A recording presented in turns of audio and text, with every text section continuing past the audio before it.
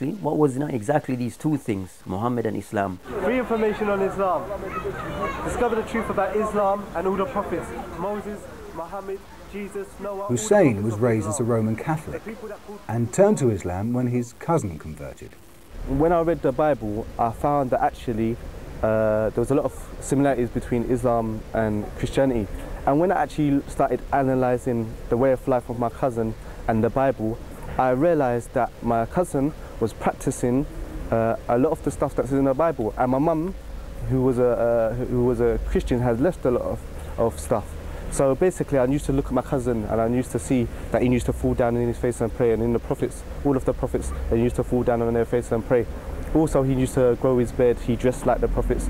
Mary dressed like, the Muslim women, they dressed like how Mary dressed. Eventually then I went to apply to Saudi Arabia in Medina, the city of Medina. They have a university there that. My family, they were understandable. They understand that, or they gave support that if this is a decision that I have chosen and I believe this is right for myself, then they had no objections. And to date, no objections. Abdul Haq has written a book on early Christianity. When we start to assess some of the historical basis of early Christianity, we can see some very profound comparisons between how the early followers of Jesus practiced their faith and also Muslims today.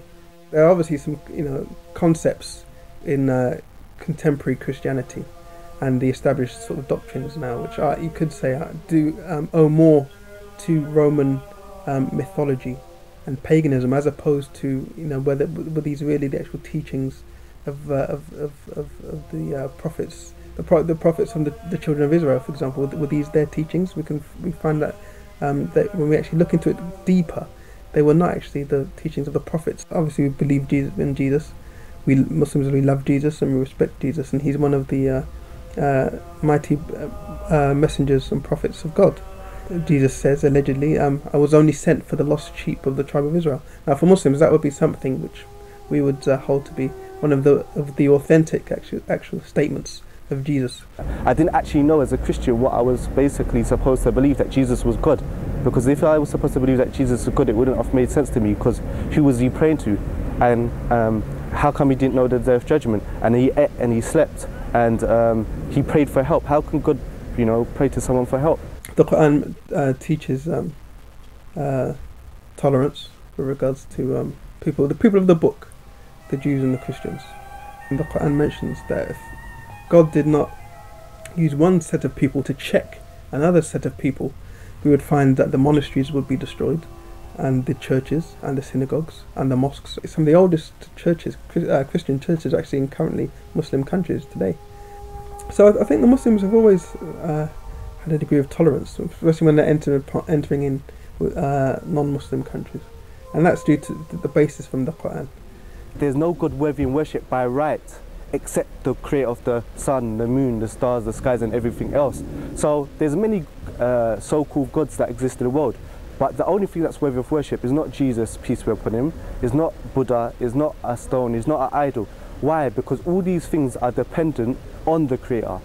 So as a part of our belief, we believe in the unseen. And of the greatest of the unseen is belief in Allah.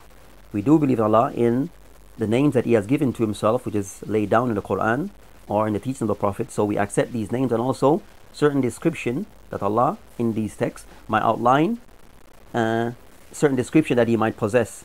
But yet we understand these description not in the way that we might compare them with other human descriptions or animal description, but we look at them in a way which is befitting to Allah, that does not resembles anything that is known in creation, as Allah is separate from his creation.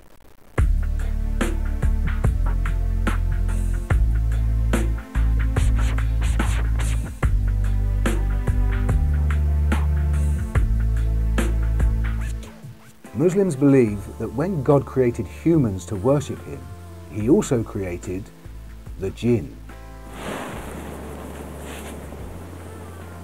Ramadan this year coincides with Halloween, when the Western world gets interested in the realm of spirits. There are many references to the jinn in the Quran. They're created from fire. The jinn, that they are created from fire, and sometimes they can take the shape and form of human beings and certain animals. I don't see them, they're everywhere. We believe the jinn inhabit this earth as we inhabit the earth. And we believe there's more jinn than there are humans. It does function somewhat like man, but as we said, it is of the unseen, and they have their own way of how they function. Sometimes they do interfere with human beings. But to me it's the same as the angels.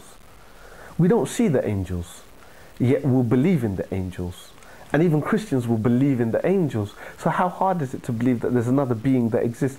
So this issue of possession, when people say that, oh, we've seen a witch or somebody is possessed, you know, and this happens in lots of different cultures and people from lots of different religions. So as a Muslim, we believe it's the jinn that do this, the jinn that possess somebody. Jinn are spirits. They're spirits, part of the spirit realm, basically. I think they have different names in different cultures, but they are of the spirit realm, and we don't see them, but they interfere with human life in different ways, and they were made from smokeless fire. Some of them are evil jinn, some of them are good jinn, but